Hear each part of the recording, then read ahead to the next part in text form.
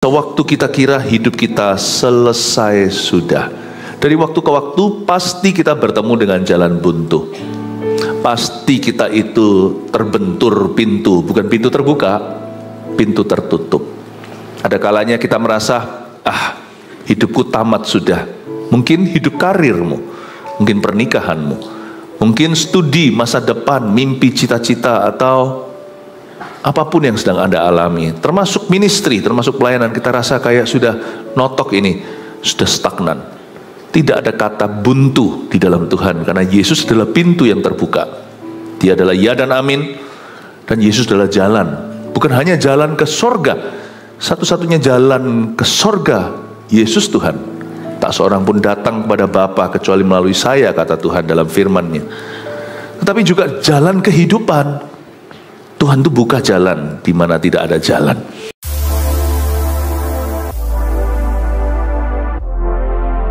Mari kita baca dulu ayatnya, Keluaran pasal 2 ayat 15 sampai 22. Saya bacakan. Ketika Firaun mendengar tentang perkara itu, dicarinya ikhtiar untuk membunuh Musa. Tetapi Musa melarikan diri dari hadapan Firaun dan tiba di tanah Midian. Lalu ia duduk-duduk di tepi sebuah sumur. Adapun imam di Midian itu mempunyai 7 anak perempuan. Mereka datang menimba air dan mengisi palungan-palungan untuk memberi minum kambing domba ayahnya. Maka datanglah gembala-gembala yang mengusir mereka. Lalu Musa bangkit menolong mereka dan memberi minum kambing domba mereka. Ketika mereka sampai kepada Rehuel ayah mereka, berkatalah ia, "Mengapa selekas itu kamu pulang hari ini?" Jawab mereka, "Seorang Mesir menolong kami terhadap gembala-gembala. Bahkan ia menimba air banyak-banyak untuk kami dan memberi minum kambing domba." Ia berkata kepada anak-anaknya, "Di manakah ia? Mengapa kamu tinggalkan orang itu? Panggillah dia makan." Musa bersedia tinggal di rumah itu. Lalu diberikan Rehuela Sipora anaknya kepada Musa. Perempuan itu melahirkan seorang anak laki-laki, maka Musa menamainya Gersom, sebab katanya, "Aku telah menjadi seorang pendatang di negeri asing." Tadi di kebaktian pertama kita baca ayat-ayat sebelumnya. Ceritanya begini, Musa membunuh seorang Mesir karena nggak terima lihat sesama bangsanya kaum Yahudi disiksa alias kerja paksa. Tarik lebih panjang lagi, Musa ini dulunya waktu dilahirkan di zaman pembunuhan bayi-bayi. Bayi-bayi Israel harus dimusnahkan, anak cowoknya maksudnya. Dan Musa itu disembunyikan di sebuah keranjang papirus, dibiarkan mengambang, kelihatan oleh pegawainya, oleh putri Firaun, lalu diadopsi. Singkat cerita, malah justru mama kandungnya yang menjadi asuh inangnya. Musa itu tumbuh dewasa, tahu jati dirinya, dia itu orang Israel. Tapi pakaiannya, bajunya, trainingnya, edukasi, pendidikannya, groomingnya, packagingnya, semua itu Mesir. Dan Musa itu dalam sejarah, ini bukan kata Alkitab saja, tapi arkeologis atau yang itu loh, yang gali-gali tanah peradaban berabad-abad, itu mereka sembunyi menemukan bahwa sebenarnya Musa itu dipersiapkan menjadi pengganti Firaun. Tapi benar-benar dia itu seperti bintang yang jatuh. Seorang yang diidolakan, seorang pangeran mahkota. Harusnya proyeksinya jadi Mesir number 1, tapi berakhir jadi buronan. Gara-gara tindakan gegabah, emosi seketika, meskipun dia tahu panggilan Allah dari kecil sudah terasa. Tahukah Anda bahwa kita semua itu merasakan panggilan Allah dari sejak kita kecil, tetapi setelah itu terinterupsi dosa. Tapi meskipun dia tahu tujuan akhirnya itu, nah masalahnya dia halalkan segala cara. Dia lihat Tuhan tidak bertindak, dia main hakim sendiri, bunuh tuh orang Mesir. Wah, runyam akhirnya, kena masalah hukum segalanya. Peduli amat, dia itu dipersiapkan jadi pengganti mahkota atau menjadi penerus tahta. Tapi oleh karena satu kesalahan, hidup kita bisa berabe loh. Nah, karena itu kita melihat cerita ini waktu Musa tertimpa sebuah masalah. Saya yakin dia merasa hidupku tamat sudah. Kita baca ayat 15. Ketika Firaun mendengar tentang perkara itu. Perkara apa? Pembunuhan orang Mesir oleh tangan Yahudi. Dan ternyata dari bayi Yahudi yang diadopsi. Firaun ngamuk sekali. Ngamuk. Ya, ingat ya Bapak Ibu Saudara, sebagai orang Kristen, anak Tuhan, kita mau kompromi menjilat dunia, ujung-ujungnya dunia pasti akan mencarimu untuk membunuhmu dan menceraikanmu. Apapun yang kau jalin di luar sana, kalau bukan dari Kristus itu tidak akan aman, tidak bisa permanen. Di akhir hari, Anda tetap orang Ibrani. Nanti kalau ada apa-apa, yang nolong Anda juga sesama anak-anak Tuhan. Yang menguburkan itu tangan pendeta nanti, hamba Tuhan. Karena itu jangan lari. Jangan lari dari panggilan. Dan please, jangan flirting, jangan bercumbu dengan dunia. Jangan kompromikan kebenaran. Karena semua itu akan kau sesali suatu hari. Dan saat segala sesuatu seperti tertimpa atas kepalamu, seperti seluruh dunia itu ambruk di depanmu, waktu itu yang menolongmu tetap adalah umat Tuhan. Ingat itu, Firaun tidak bisa menolongmu, Mesir tidak bisa membantu. Tapi Musa melarikan diri dari hadapan Firaun dan tiba di tanah Midian. Lalu ia duduk di tepi sebuah sumur. Kenapa Musa duduk di sebelah sumur? Dia lari kan? Dia nggak sempat ganti baju. Sampai di situ dia nggak tahu what to do. Dia nggak tahu dia harus berbuat apa. Saya yakin Musa dalam konteks ini dia sedang melamun. Melamunnya tertegun. Melamunnya itu tercengang. Have I lost everything? Sudahkah aku kehilangan segala sesuatu? Jawabannya iya. Di titik terendah dalam hidupnya, dia nggak tahu dia harus ke siapa. Dan Musa sekalipun sudah dididik dalam takut akan Tuhan, papa mamanya Musa itu dua-dua Lewi atau orang-orang yang melayani. Orang-orang yang berdoa. Tapi Musa sendiri belum punya hubungan pribadi dengan Tuhan. Ketika dalam masalah, segala sesuatu tidak bisa menolongmu, percayalah, disitulah guna iman. Iman itu jangan dibangun ketika kita sudah di dalam problema. Iman itu dibangun ada nggak ada masalah. Bangunlah hubunganmu dengan Tuhan, karena itulah yang akan menolongmu. Itulah yang akan menopangmu di saat segala sesuatu runtuh. Tapi singkat cerita, Musa belum punya itu. Dia sampai ke tanah Midian. Tanah Midian di sini itu di Saudi Arabia hari ini. Jadi itu Musa lari, kalau kita tahu geografi, dari Mesir itu ke Saudi. Satu, saya pikir dia lari mungkin ambil salah satu kuda, seekor kudanya. Karena dia pangeran kan, dia ambil langsung lari sebelum sampai ke Firaun, lalu habis itu diberikan perintah dicekal atau penahanan. Musa lari. Atau dia larinya itu jalan kaki. Pokoknya dia menempuh tempat yang jauh. And Moses felt lost. Pasti dia merasa tersesat. Dia lari kan pasti dia tidak punya perencanaan. Aku mau kemana? Pokoknya hatinya menuntun kemana ya dia lari ke situ. Tanpa dia tahu Tuhan sedang menuntunnya ke suatu tempat untuk dia mengalami anugerah yang baru. Sometimes dalam hidup ini kita merasa seperti semua yang kita bangun itu runtuh. Ada kalanya sungguhan itu, ada kalanya itu hanyalah perasaan. Manusia kalau mengalami masalah itu, dia merasa kalau hidupnya itu udah kiamat. Ini adalah persoalan terbesar. Seperti dia adalah orang yang paling malang di seluruh dunia. Sebenarnya orang bunuh diri itu kalau diizinkan hidup sebulan lagi, dia mungkin akan menyesali perbuatannya. Karena hidup itu masih tidak menentu, baik itu berkat maupun tantangannya. Kita tidak pernah tahu di depan itu baik atau buruk. Karena itu jangan ending hari ini, jangan kau akhiri hidupmu sekarang. Jangan menyerah, jangan putus asa terlalu cepat. Orang yang bunuh diri dan berhasil itu kasihan sekali. Andai kata dia bisa lihat minggu depan aja, mungkin dia berubah pikiran.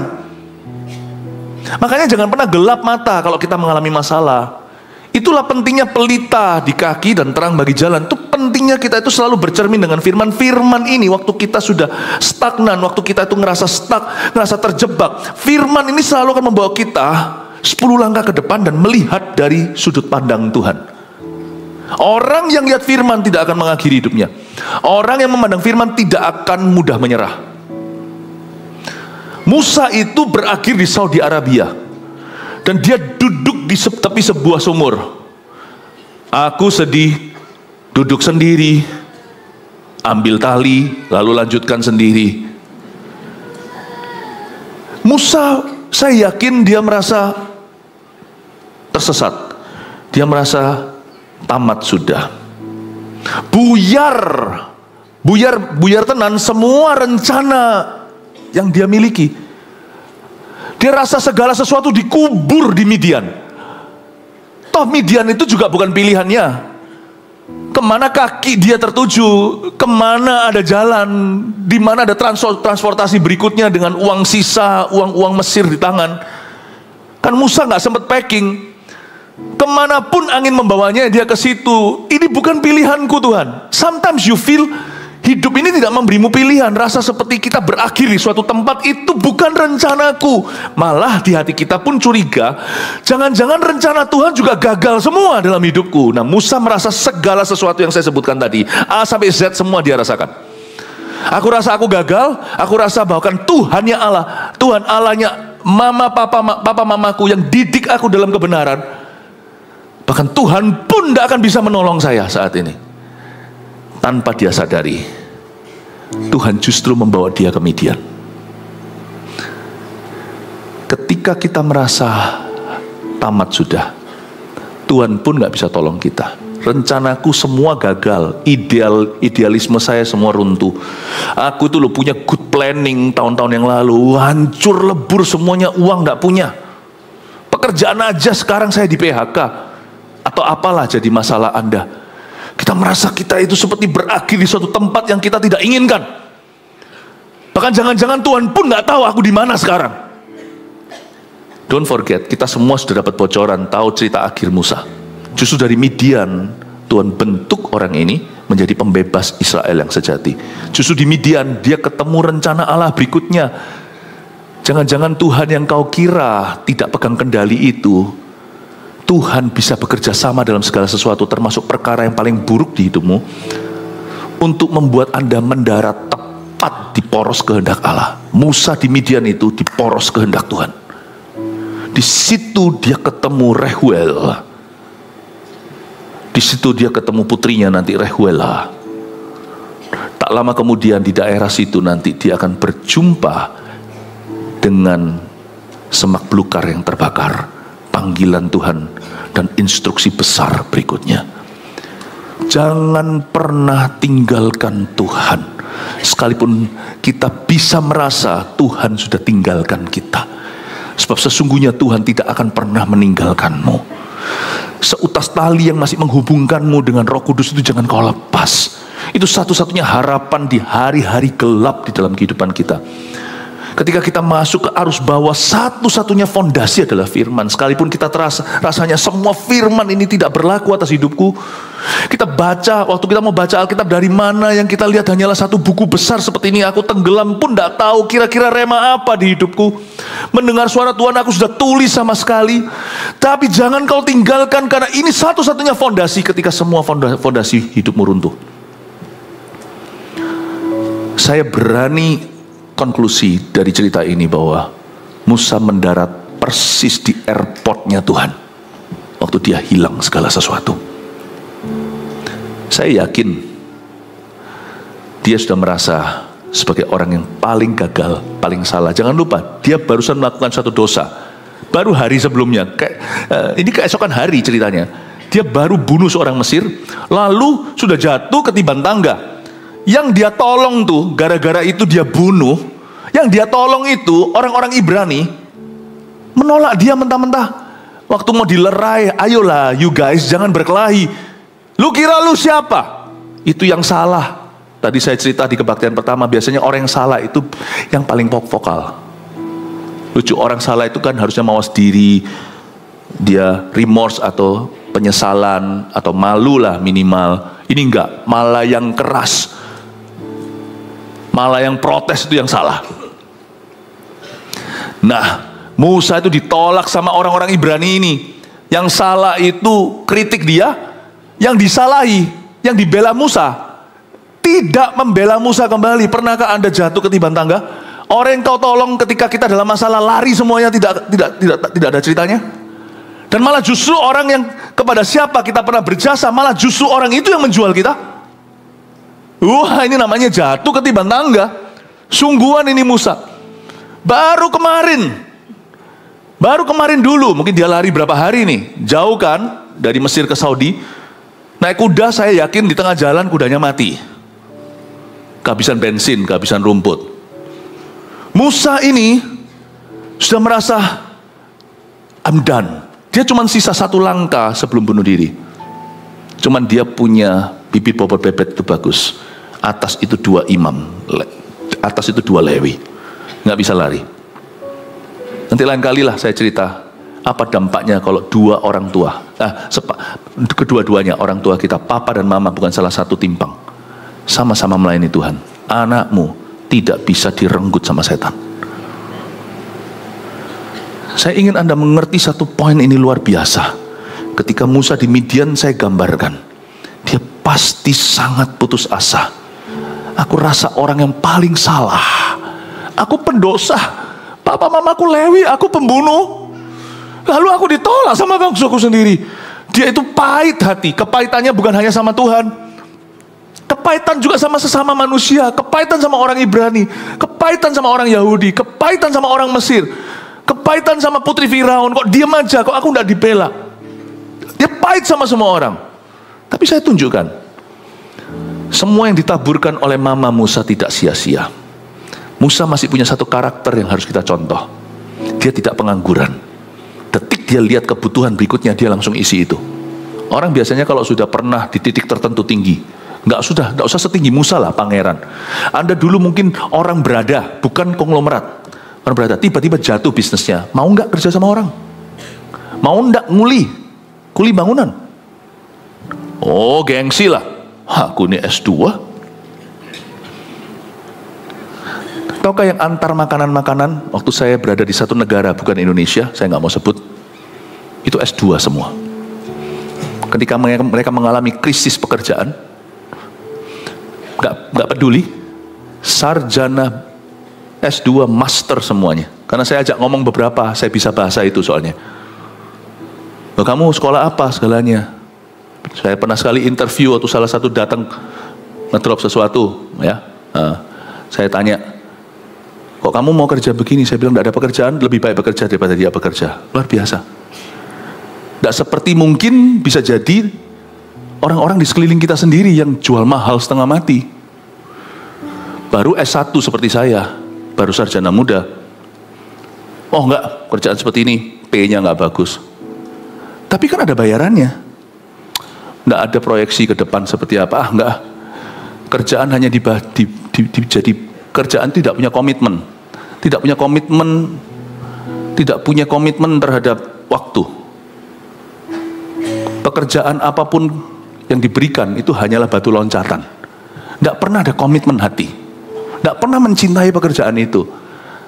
Sehingga kita gaya dan berkata, ini tidak di levelku. Levelmu apa? Nganggur. Musa, pangeran. Next Firaun. Hari itu jadi satpamnya 7 perempuan.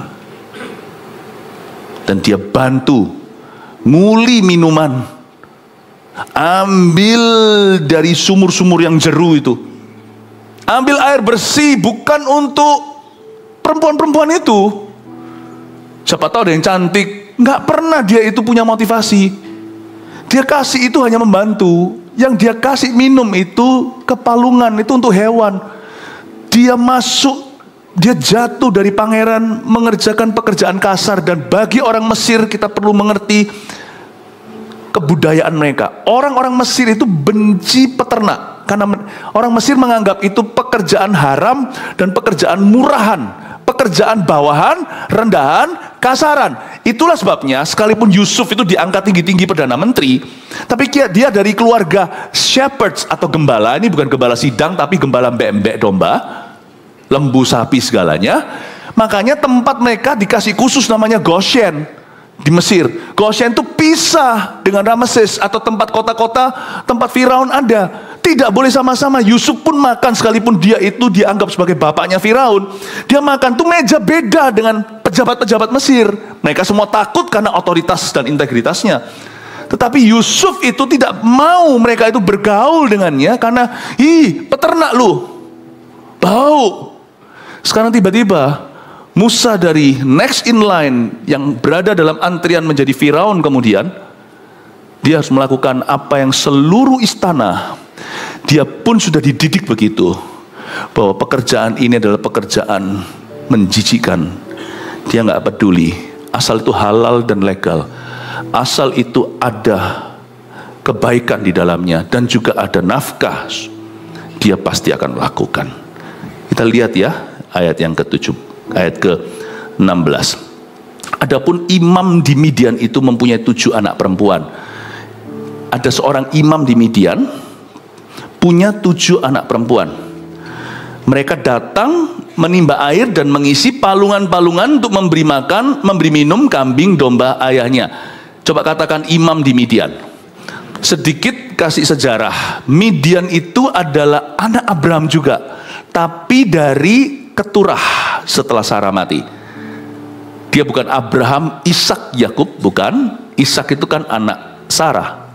Dia Abraham keturah, menikah, turun ada Midian. Jadi nggak heran imam di Midian ini tetap rohani, tapi mereka punya pewahyuan tentang Tuhan di perjanjian lama belum lengkap karena zaman itu belum ada Alkitab.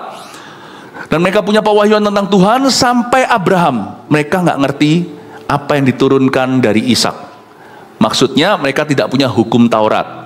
Nanti itu zaman Musa. Tapi mereka punya semacam kepekaan dan kerohanian karena yang namanya Abraham itu seorang bapak rohani.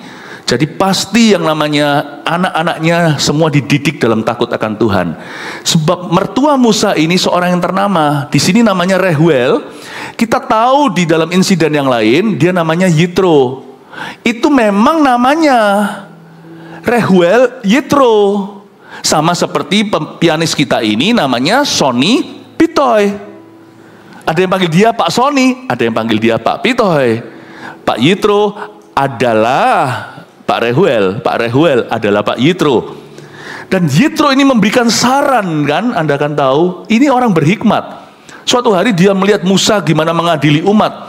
Makanya Musa ini kok cepat tua, makanya menantuku ini kok cepat beruban. Waktu dia datang lagi kunjungan, dia beritahu sama Musa. Jadi mereka saling memberkati. Dari sang mertua ini menjadi berkat pada menantunya. Dia berkata, lu jangan begini kamu kan capek. Buat pemimpin-pemimpin jumlah ribuan, ratusan, puluhan, ya. Dan kamu lihat mereka biar tangani sendiri, yang sulit-sulit baru naik ke kamu. Yitro memberikan saran bagaimana melakukan secara administrasi dan organisasi. Tapi sebaliknya, Musa mendapatkan kelahiran baru mertuanya. Musa cerita gimana dia belah Laut Merah. Karena semua terjadi itu, Yitro lagi di Midian. Dia ceritakan sehingga akhirnya Yitro membuat satu confession, pengakuan. Kalau Anda baca di dalam perikop yang lain, tidak ada Allah seperti Allah Israel. Di situ dia lahir baru. Nah, kita tahu bahwa imam di Midian, si Yitro ini punya kerohanian. Tidak heran ketika Musa itu sendiri orang sekuler, meskipun dia ada bibit bobot bebet dari Lewi, imamnya dia ini orang sekuler. Waktu dia itu ngalami goyang, waktu dia hilang sesuatu, dan bahkan dia sendiri pun seolah hilang, dia landingnya tahu nggak di mana? Apronnya, keluarga yang rohani. You see that? You always will land in spiritual life. Kerohanian yang kita bangun itu adalah tempat empuk untuk mendarat ketika seseorang dalam masalah berat. Muter-muter dia lari nggak sengaja. Dia nggak tahu tiba-tiba di sini Saudi Arabia ketemunya anak Abraham, keturunan Abraham. Dia landing pada rumah tangga seorang pria yang bijaksana, meskipun pewahyuannya tidak lengkap. bijaksana. I love this story, memberi kita satu dimensi. When you think your life is over, God sends a spiritual family. Waktu kita kira hidup kita itu sudah amblas, sudah, Tuhan itu mengirimkan keluarga yang rohani dan takut akan Tuhan. Jadikan pernikahanmu itu seperti landing yang empuk untuk anak-anakmu. Jadikan hidupmu seperti tempat landing yang empuk buat papa mamamu yang belum percaya Tuhan. Jadikan tempat yang empuk. Sekarang mungkin mereka bisa menganiaya kalau ada yang gak suka. Lu gak usah Kristen-Kristenan. Mau Kristen tinggalin, kamu gak tak akui sebagai anak. Gak apa-apa, biarin. Anda tidak merasa mereka landing yang empuk. Buat apa? Anda punya Tuhan, gak perlu empuk-empukan. Mereka yang belum punya Tuhan harus landing empuk. Sekarang mereka bisa aniaya. Suatu hari mereka datang kepadamu dan berkata, I want to know your God. Aku mau kenal Allahmu. Daud itu dianiaya sama kakak-kakaknya. Bukan fisik sih, dibully. Lu tahu apa? Sok gaya lu. Aku tahu datang ke sini kamu sok jago kan? Coba nanti baca. Zaman Saul membuat mereka semua buron. Saul itu kan raja yang sangat jahat. Dan dia mau habiskan semua oposisinya. Wah, satu-satu dibunuh. Keluarga Daud dalam bahaya. Coba Anda lihat di Adulam. Yang datang ke Daud, baca itu di dalam Alkitab. Papa, orang tuanya, ayah ibunya, dan kakak-kakaknya datang semua minta perlindungan sama Daud. Daud tempat yang empuk. Koko-kokonya sama sekali tidak empuk buat Daud. They gave him very hard times.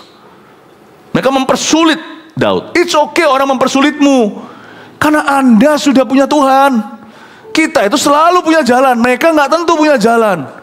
Jadikan kehidupan rohanimu, jadikan pernikahanmu yang takut akan Tuhan, landing yang empuk. Anda manusia berkarir, berprofesi, ya bukan pendeta. Jadikan kesaksian hidupmu itu landing yang empuk untuk kolega-kolegamu, untuk rekan-rekanmu, teman-temanmu yang belum percaya Tuhan, yang sekarang ketawa, pendeta itu teman kita pendeta, padahal bukan pendeta, padahal dia pengusaha, tapi digituin. Biarin nanti suatu hal terjadi, kita nggak doakan, mereka goyang misalnya, goncang keluarga rumah tangga. Atau suatu hari di sana masalah, problema.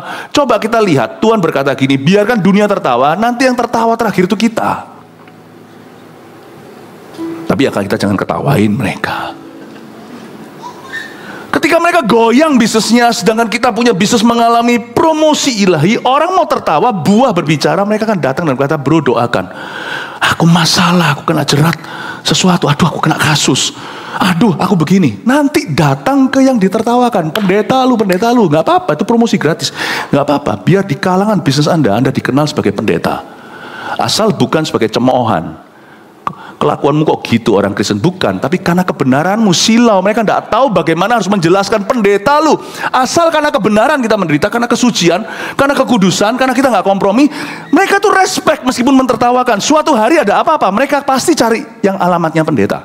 Dan mereka nggak kenal pendetamu. Ya mereka mengenalmu, mereka datang padamu. Landing yang empuk buat kolega dan partner-partner bisnismu. So dunia ini penuh dengan putus asa, dan saya jamin ke depan lebih banyak orang putus asa di dunia. Baca kitab Wahyu, ujungnya itu. Saya nggak ngomong gini untuk membuat kita panik, sebab ada keluputan pada Goshen. Listen to me.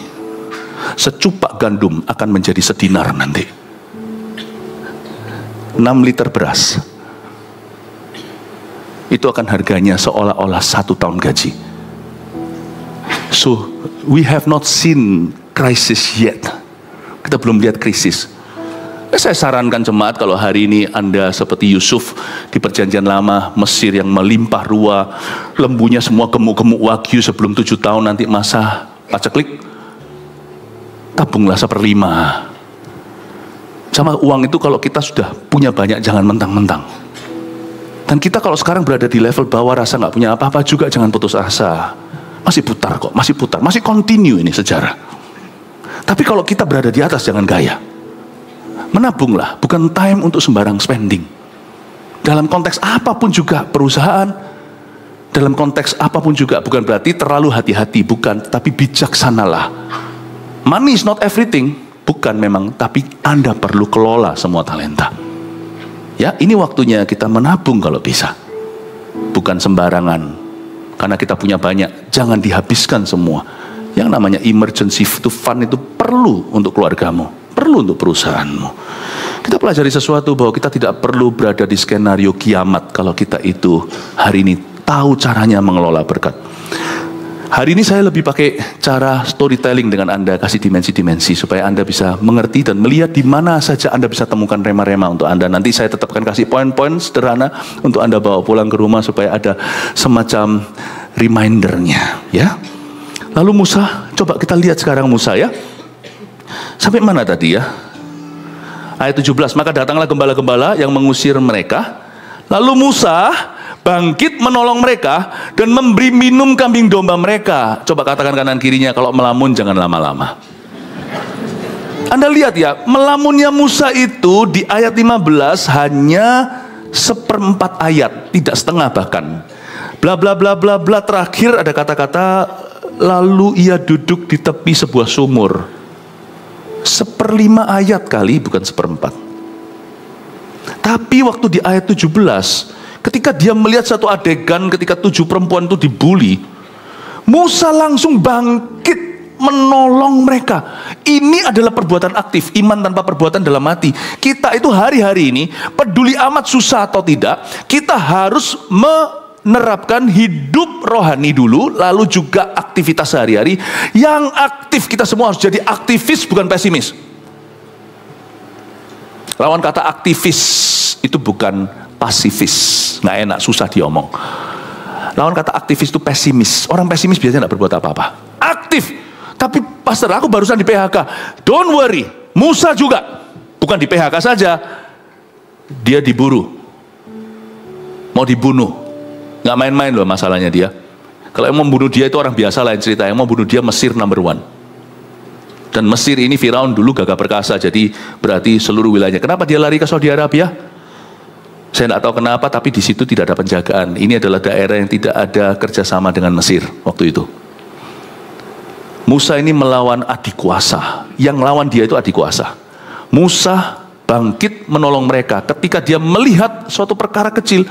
Dia barusan melamun tercengang dan meratapi nasibnya, dia langsung bangkit, langsung bantu. Begini, kalau kita mau lihat berkat selanjutnya atau berkat berikutnya, kita harus peka terhadap kebutuhan selanjutnya di depan mata.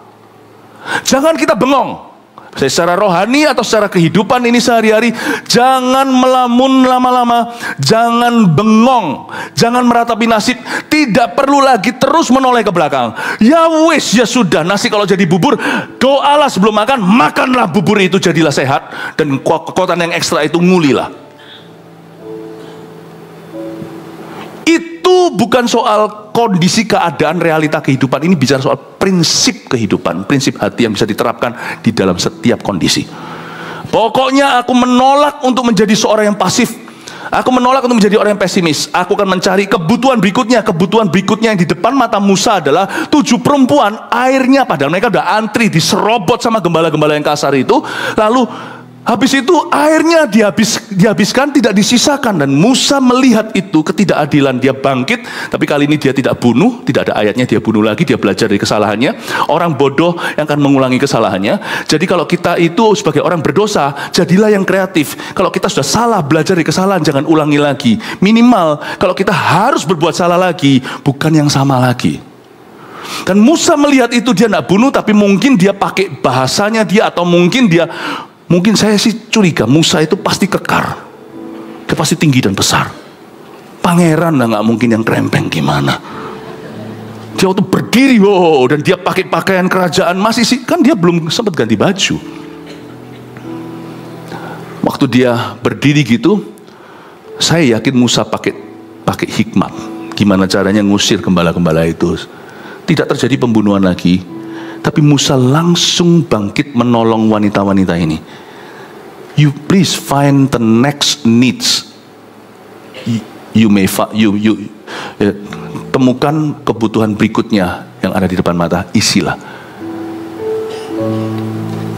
Temukan pekerjaan berikutnya di depanmu, lakukanlah. Temukan ministry pelayanan kemudian di depanmu yang ditawarkan, ambillah. Servolution, audisi nyanyi. Semua kunci G, sana kunci C, ada kunci D, kunci kita, kunci K. Kita kunci sendiri, ditolak, kecewa, aku gak mau ke gereja. Malah justru aku diterimanya bukan di PAW, karena bukan talenta aku diterimanya di bagian pelayanan yang lain yang sifatnya mungkin lebih tidak tampil tapi lebih teknis. Whatever it is, orang yang aktif spiritnya akan berkata, yes, so long that you use me, oh God, selama kau memakai aku. Kita akan pilih-pilih. Musa gak pilih-pilih. Dia dapat job baru dari Roh Kudus, ngasih minum mbek-mbek. Bukan sebagai gembala.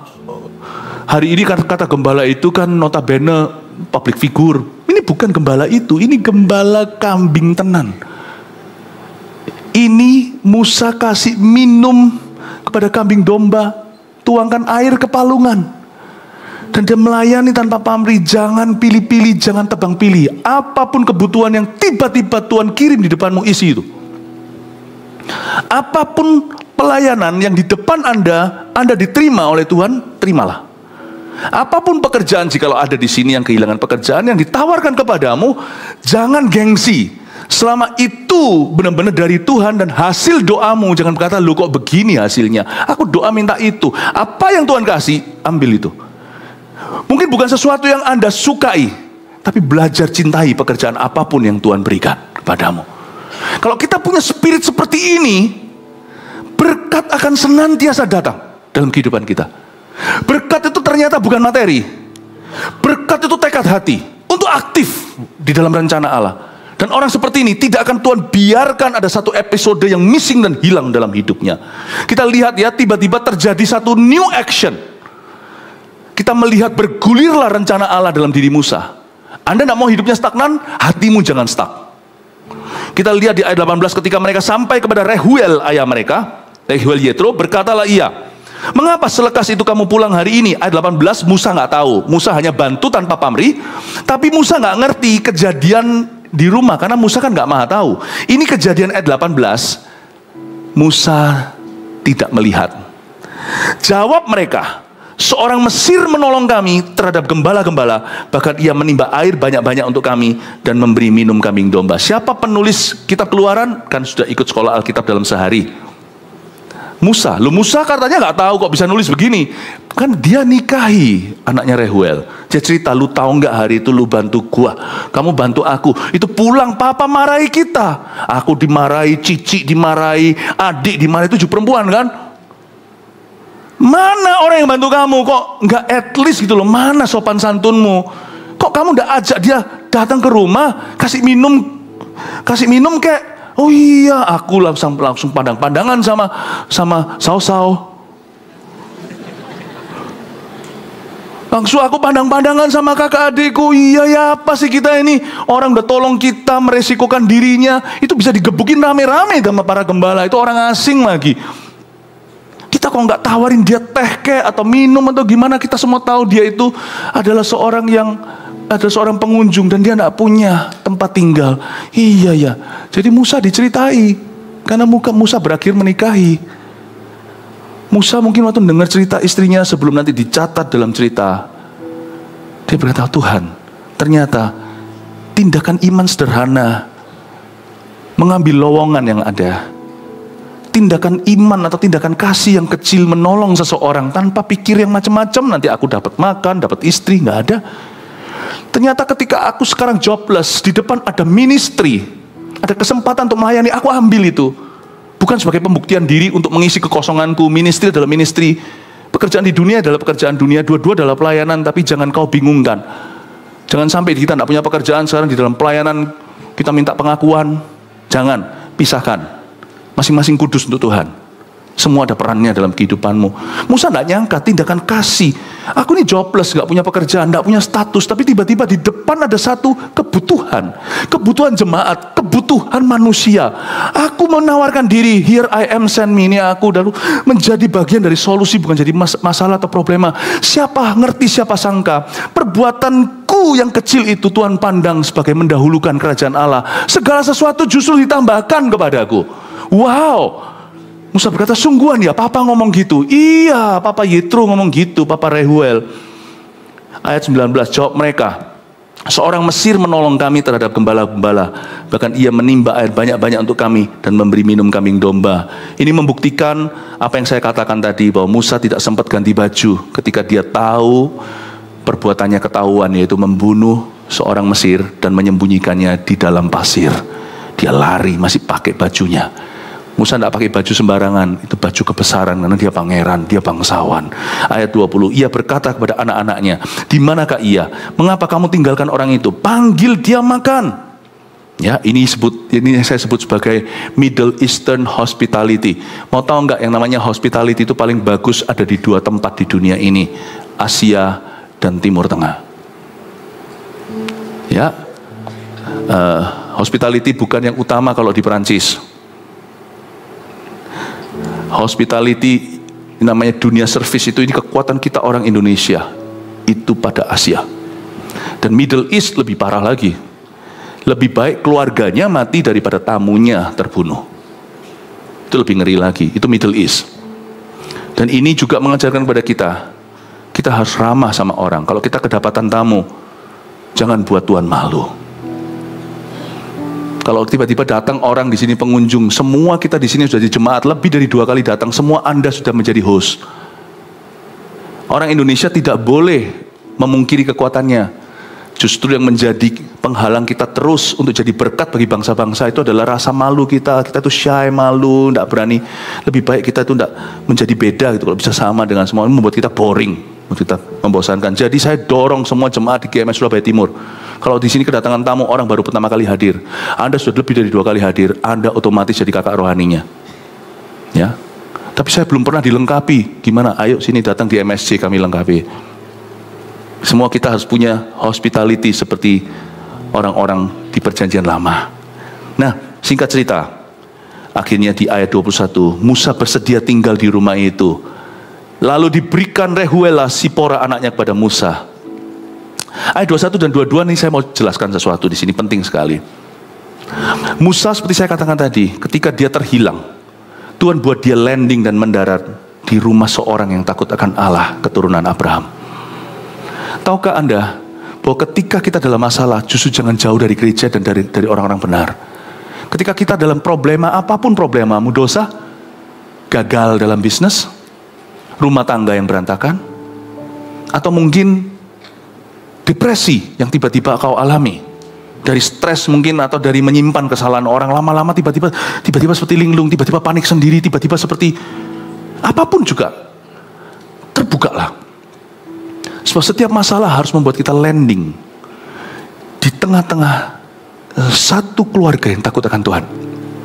Makanya itu kalau bisa, setiap family itu berfungsi, jangan ada keluarga yang disfungsional. Makanya kalau bergereja itu jangan hanya papa atau hanya mama. Semua anak-anaknya setiap linear. Yang anak-anak muda pergi ke Army of God, yang kecil pergi ke Eagle Kids. Kenapa? Keluarga itu harus dibangun bersama, tidak bisa hanya papa atau mama, hanya anaknya. Harus barengan. Sebab nanti keluarga itu akan jadi payung saat hujan. Bahkan lebih dari sekedar untuk keluarga itu. Karena Alkitab berkata, seperti biji sesawi waktu dia tumbuh menjadi tanaman yang paling besar, nanti hewan-hewan liar pun akan bersarang padanya. Keluarga itu kalau utuh dalam Tuhan, dan semua masing-masing itu bertumbuh, kalau bisa, papanya CGL, pemimpin Komsel, anaknya juga CGL, tapi Komsel di anak muda. Kan enak gitu, nanti ada apa-apa, keluarga itu tempat yang selalu nyaman untuk berteduh. Dan juga bagi orang lain, bahkan tetangga-tetanggamu pun akan berteduh.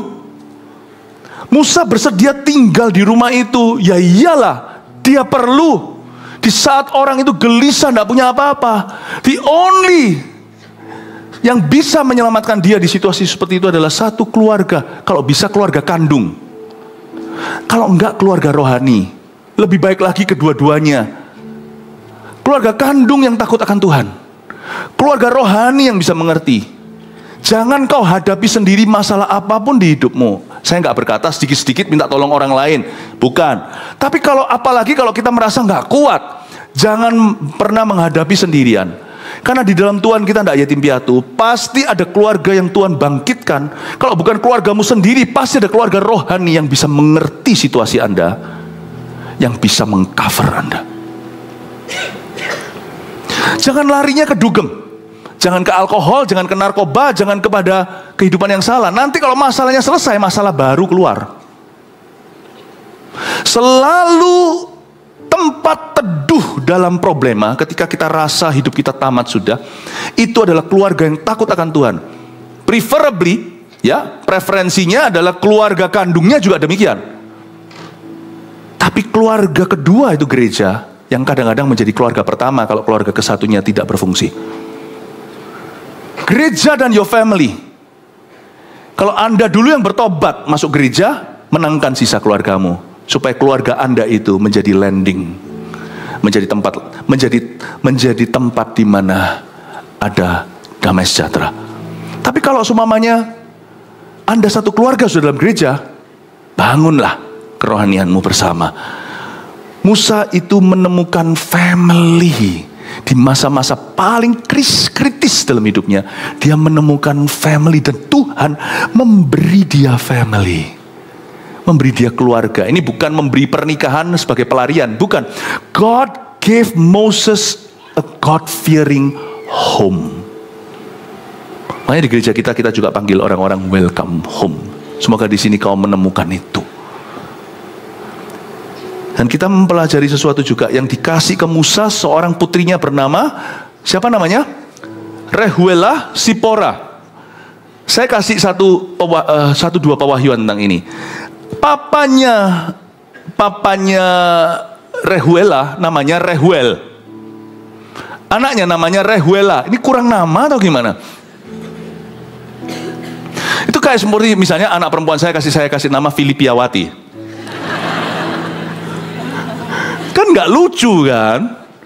Tapi dari sini kita mengerti sesuatu prinsip yang luar biasa, bahwa Yitro mendidik anak-anak perempuannya. Ada 7 lagi. Ini agak sedikit beda dengan kebudayaan Totok yang merasa anak perempuan asal-asalan tidak apa-apa, anak laki yang harus dipersiapkan. Jangan salah loh, ini konsepnya. Rehuela adalah tangan kekuatan Rehuel. Yang dikasih Musa ini beruntung dapat anak perempuan yang dididik benar. Tahukah Anda bahwa Rehuela adalah seorang yang berkarakter? Dan nama selanjutnya dia Rehuela Sipora. Kata Sipora itu artinya apa? Tulis Twitter. Kicauan. Berarti dia akan jadi istri yang cerewet. Memang dia istri yang cerewet. Karena kecerewetannya dan karena bibit bobot bebetnya, atasnya itu Imam Midian, atas lagi itu Abraham. Kepekaan itu ternyata turun loh secara kandung. Suatu hari Musa dalam perjalanan pergi ke Mesir untuk membebaskan orang Israel, membawa tongkat ajaib di tangannya. Tongkat yang sama membelah Laut Merah. Di perjalanan di tengah jalan, Musa itu mau diambil nyawanya sama Tuhan. Di sini terjadi yang namanya firman ini menjadi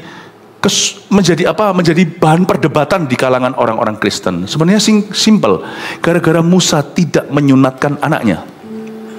Anak istri kan dibawa sama Musa, tapi nanti sampai satu titik mereka dibawa pulang lagi karena Musa sedang menghadapi peperangan yang dahsyat sekali bagi bangsa Israel. Tapi singkat cerita, di tengah jalan si Twitter ini, this bird ini, Tweety ini, yang terus mipiki itu bahasa apa? Yang terus begini, terus ini sang suami ternyata berguna. Tahukah Anda kalau Anda merasa istri Anda cerewet, itu berkat. Oh, kok ketawanya gitu? Gara-gara istrimu cerewet, kau tidak jatuh dalam dosa. Gara-gara istrimu cerewet, lihat itu pakaianmu tidak compang-camping, rumahmu tertata, daripada istri yang cuman pedicure, manicure. Twitter itu adalah berkat. Itu berkat. Dia suatu hari cerewetin Musa. Saya nggak tahu apa sesungguhnya terjadi karena Alkitab berhenti sampai sana. Cuman berkata bahwa Allah hendak membunuhnya. Kata membunuh itu kasar kan, keras kan. Tapi beda kalau manusia itu pendosa, bunuh itu kejam. Allah membunuh itu artinya Allah mengizinkan hidupnya berakhir sampai sana aja. Kok aneh, Tuhan suruh dia pergi ke Mesir, kok di tengah-tengah jalan mau mengakhiri? Karena Musa tidak bisa KKN. Tuhan itu Allah perjanjian. Dia nggak bisa begini loh, punya dua standar. Dia mau pergi ke Mesir, mau bebaskan bangsa Israel. Bangsa Israel ini mau dientaskan dari mentalitas perhambaan atau perbudakan. Kok dia sendiri nganggap enteng itu? Karena di perjanjian lama, perjanjian itu by sunat. Perjanjian baru, sunat hati, kulit katan itu dosa. Pertobatan cukup karena Yesus sudah mati, tidak perlu ada tanda fisik kecuali untuk kesehatan, silahkan. Tapi waktu itu Musa itu sudah tahu dari zaman papa mamanya, wong dia itu dididik sama Lewi dan Lewi kok. Dia tuh tahu hukum sunat itu, hukum Abraham itu Musa sangat tahu. Kenapa dia ulur ketika dia di Midian dan waktu dia dapat anak Gersom ini dibiarkan, nggak disunat. Ya saya tahu sekarang kamu sudah tidak lagi berada bersama dengan orang Ibrani. Hanya karena kamu sudah tidak keliling sama orang-orang Kristen, pergi jauh, ya bisa jauh mempertaruhkan nasib di negeri orang, belum ada gereja yang tetap. Bukan berarti kau tinggalkan prinsip-prinsip yang benar yang sudah diajarkan waktu kamu sejak muda. Hai Timotius, kau sudah tahu firman sejak zaman mama dan grandmamu Lois dan Unike. Kamu jangan tinggalkan. Orang Kristen itu tidak boleh dikit-dikit tinggalkan fondasinya. Karena fondasi yang ditanam oleh Tuhan itu kekal. Tuhan itu tunggu dia loh. Dan sudah sampai Musa sudah siap untuk membebaskan bangsa Israel. Dia pergi kembali ke Mesir itu dengan kapasitas berbeda sebagai utusan Allah. Kok masih di tengah jalan punya banyak kesempatan, tapi dia tidak menganggap kesabaran Tuhan itu sesuatu. Dia biarkan tunda-tunda, procrastinate dalam bahasa Inggrisnya. Artinya kalau bisa diulur, kenapa sekarang? Dia ulur ketaatan untuk family-nya sendiri. Anak itu nggak disunat-sunat. Kan lucu ya. Kita bisa ngomong tentang Tuhan, bisa berdoa, anak nggak pernah dibaptis-baptis sampai umur 25 nggak pernah dibaptis. Gimana sih papa? Apakah kau anggap itu guyonan perintah Tuhan? Anak juga dibiarin sampai umur 28, nggak apa-apa, nggak usah. Loh kenapa kita itu ngajari orang, ayo kamu harus takut akan Tuhan, tapi anak kita sendiri kita tidak buru-buru untuk taat pada Roh Kudus. Anak kita biarkan di situ kita kecolongan. Tuhan tuh nunggu dibiarin. Akhirnya Tuhan ngamuk. Saya tidak tahu apa yang terjadi. Mungkinkah Musa demam tinggi? Pas demam tinggi, si Twitter ini bermimpi. Karena dia punya kepekaan kan. Tuhan bisa bicara melalui jalan samping. Karena waktu itu belum zaman tahu Alkitab. Tuhan mungkin kasih mimpi, kalau kamu tidak sunat anakmu, Musa mati malam ini, demam tingginya itu akan bablas dan dia kejang, dia meninggal. Maka dia segera sunat anaknya. Dan dia tempelkan kulit katanya, menjijikkan sih. Dan dia berkata, kamulah, you are a blood bridegroom. Kamu adalah mempelai darah. Ini si Twitter menyelamatkan suaminya. Dia berdiri antara suami dengan Tuhan. Dia cereweti itu Musa. Kenapa kamu kok tidak begini? Kenapa kamu tidak begitu? Tidak heran karena dia adalah anak Imam Midian. Seorang ayah yang punya anak perempuan, dengarkan. Anda sedang dititipi oleh Tuhan seorang anak yang akan diserahkan pada seorang laki-laki. Anda harus didik dia dengan benar, sehingga nanti dia menikah dengan suaminya, membawa kekuatanmu dalam jiwanya. Paham ya? Imam di Midian ini kepekaannya turun ke Rehuela. Rehuel turun ke Rehuela. Kepekaannya, ketaatannya, detil-detilnya turun ke Sipora. Sehingga Musa itu beruntung bisa menikah dengan Rehuela Sipora. Why? Karena kekuatan papanya diturunkan ke anak ini. Kalau kita dapat anak perempuan, kita tidak pernah memilikinya. Kita dititipi Tuhan untuk suatu hari dikasih ke seorang pria. Makanya kita harus berdoa. Siapa yang akan menikahi anak perempuan kita, kita harus sembahyang. Kalau Anda memperoleh anak perempuan, kalau belum telat, anak Anda masih kecil atau barusan di dalam kandungan, doakan. Aku berdoa, jangan hanya doakan untuk anak itu, aku doakan untuk jodohnya. Boleh nggak doain anak untuk jodohnya waktu dia masih ada di dalam kandungan? Oh, itu justru lebih bagus. Tapi kalau kita punya anak laki-laki, kita juga tidak pernah memilikinya. Setiap anak laki itu pemimpin dalam rumah. Kalau kita didik dia, kekuatan kita turun padanya. Suatu hari kita harus serahkan dia ke Tuhan. Dia suatu hari jadi kepala keluarga, tidak di bawah kita. Kita serahkan itu ke Tuhan. Baik anak laki atau anak perempuan, kita tidak pernah memilikinya, kita hanya dititipi oleh Tuhan. Anak perempuan kita gembleng untuk kita serahkan kepada pria yang akan memilikinya. Anak laki-laki kita gembleng supaya suatu hari kita serahkan ke tangan Tuhan yang akan memimpinnya. We never have sons or daughters, karena kita semua hanyalah hamba-hamba Tuhan. Pahami sesuatu, hari itu Musa sangat-sangat beruntung dia bisa menikah dengan Rehuela Sipora. Karena ini anak perempuan adalah orang yang sangat-sangat peka kepada Tuhan. Berdoa, didiklah anak-anak perempuanmu, didiklah anak-anak laki-lakimu. Terakhir ayat 22, perempuan itu melahirkan seorang anak laki-laki, maka Musa menamainya Gersom. Bahkan sebab katanya, aku telah menjadi seorang pendatang di negeri asing. Anaknya Musa namanya Gersom. Dan dia berkata, aku telah garis bawah menjadi seorang pendatang di negeri asing. Musa akhirnya bisa berdamai dengan dirinya dan masa lalunya. Dia menemukan identitas baru 40 tahun kemudian. Dia bukan orang Mesir lagi, dia udah ganti baju, dia ganti pakaian Midian, pakaian penggembalaan domba-dombanya. Dan dia juga tidak lagi tinggal di kalangan orang Ibrani, dia benar-benar seolah-olah putus hubungan dengan Israel sementara selama 40 tahun itu.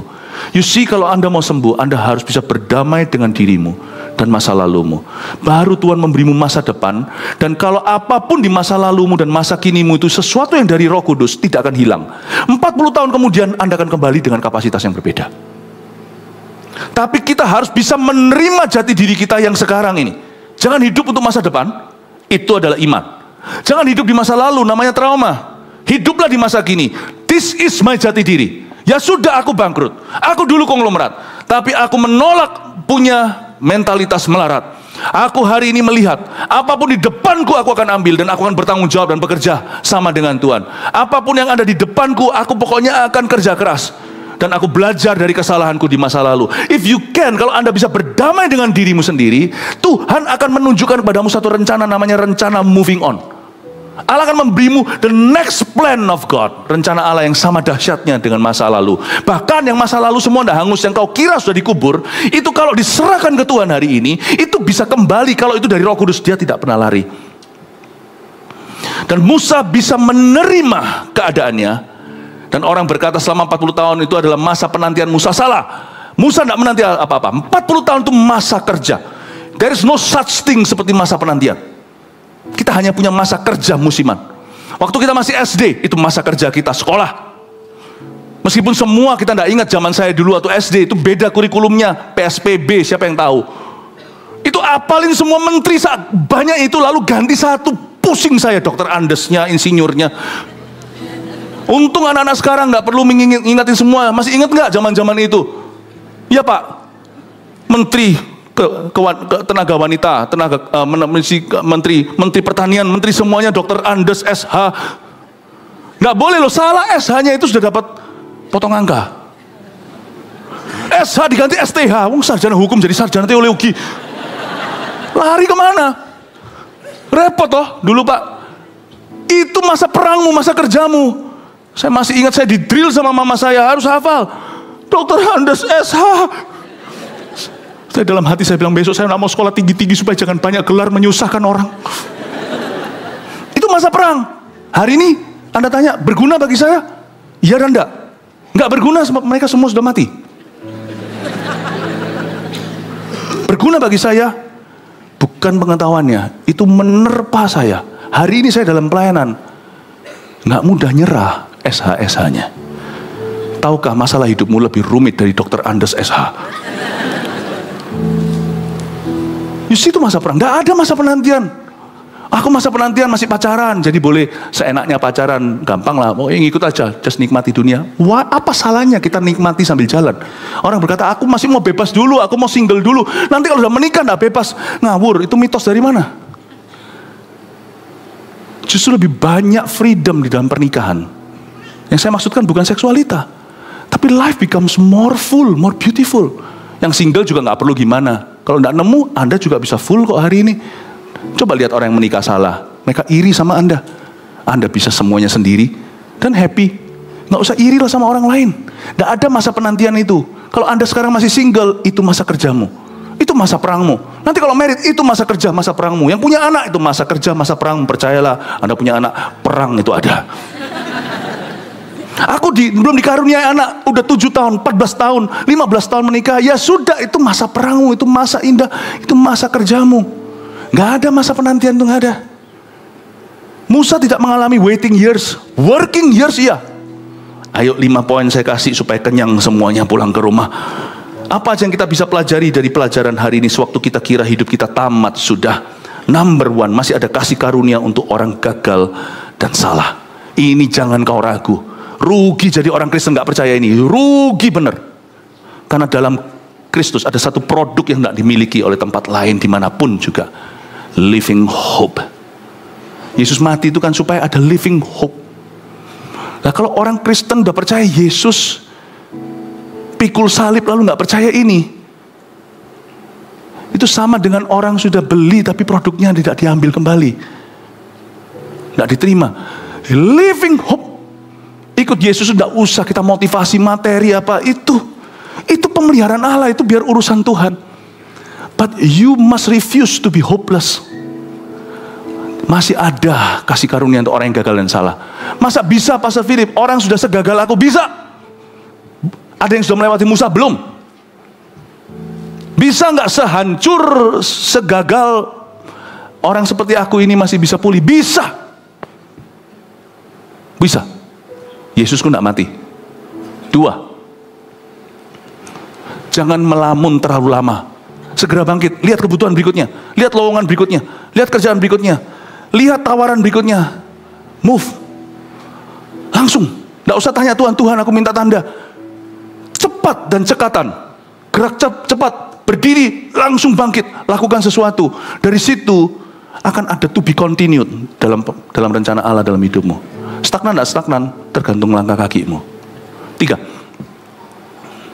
carilah kebutuhan dan lowongan berikutnya untuk diisi. Itu tadi, lanjutan tadi ya. Kalau ngelamun jangan lama-lama ya, habis ini ya.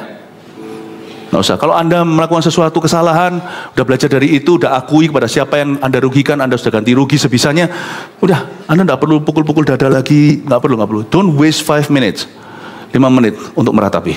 Bangkit, cari kebutuhan lowongan berikutnya. 4, carilah keluarga yang bisa mengerti dan mendukung kita.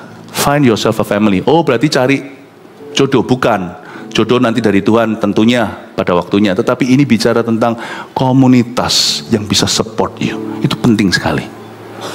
Justru orang yang jatuh dalam hutang bukan keliling kemana-mana cari orang yang bisa diutangin, tapi cari orang yang bisa mendoakan dan memberi Anda advice yang sehat. Tapi hati-hati jangan manfaatkan. Kalau Anda menemukan itu, biasanya langkah pertama mujizat dalam hidupmu. Tidak tentu Tuhan akan pakai orang-orang tersebut komunitasmu. Tuhan bisa pakai orang-orang lain. Supaya jangan Anda campur baurkan. CG bukan tempat untuk pinjam-meminjam. CG juga bukan tempat untuk orang tarik-tarikan bisnis. Bukan. Justru nanti Tuhan akan tutup keranmu di luar kalau kita lakukan itu. Tapi kalau kita sama kerajaan sorga itu murni, nanti Tuhan buka kerannya itu di luar itu. Tahukah Allah adalah Allah yang sama yang memindahkan harta orang fasik ke orang benar? Tahukah devisa yang Tuhan janjikan dalam hidupmu itu tidak harus datang dari komunitas yang memberimu rasa aman, tapi Tuhan itu bisa bawa devisa dari luar. Tuhan itu adalah ahlinya memindahkan harta karun tersembunyi dari seberang lautan kepadamu. Carilah keluarga yang bisa mengerti dan mendukung kita. Kalau masalah kita money, jangan cari money dulu. Cari jalan yang benar. Tuntun aku. Minta akuntabilitas atau minta pertanggungjawaban kita benar-benar di hadapan Tuhan. Bangun jalur sehat. 4, 5. Terakhir, syukuri dan kerjakanlah apa yang ada pada kita. Peduli amat apapun yang ada di depan. Kerjakan itu. Percayalah, Dia adalah Allahnya 5 roti dan 2 ikan yang bisa memberi makan 5.000 orang. Itu heran. Lihat ya, 5 roti 2 ikan. Anggaplah 7 item di sini. Situ 5.000 kepala, perutnya lapar sekali. Kok bisa ya 7 menutup kebutuhan 5.000? Saya enggak ngerti. Dan 7 itu tetap utuh. Itulah toko kecilmu. Kok bisa ya 7 ini 5.000. Kalau ini dijual pun amblas, disembelih, ditumbalkan pun nggak bisa nutup itu. Tapi ada sesuatu yang ngalir terus. Karena aku hanya kelola sebaik mungkin 5 roti 2 ikanku. Ngalir terus, tiba-tiba menoleh suatu hari. Berapa tahun kemudian, misalnya kalau bukan berapa bulan, Anda menoleh, loh kok bisa nutup ya? Nggak ada matematikanya. Prinsipnya ada, itu nomor 5 tadi. Kelola saja yang ada di tanganmu. Anda akan terkejut nanti itu gimana memberi makan. Dan itu nanti setiap tahun tutup bukunya bisa klop 5 tahun kemudian. Ya, saya realistis misalnya kalau bukan 5 bulan. Anda terkejut. Bahkan ini pun kalau disembeli pun tidak bisa nutup itu. Kok bisa lewat ini Tuhan menutupnya? Saya tidak tahu. Pada saat itu jangan beritahu rumus. Saksikan aja kebaikan Tuhan. Karena Tuhan kita itu nyata. Dan Tuhan masih bisa lakukan hal itu di dalam hidupmu. Yang percaya katakan amin. Puji Tuhan. Mari kita semua bangkit berdiri. Kita akhiri ibadah ini. Thank you Jesus.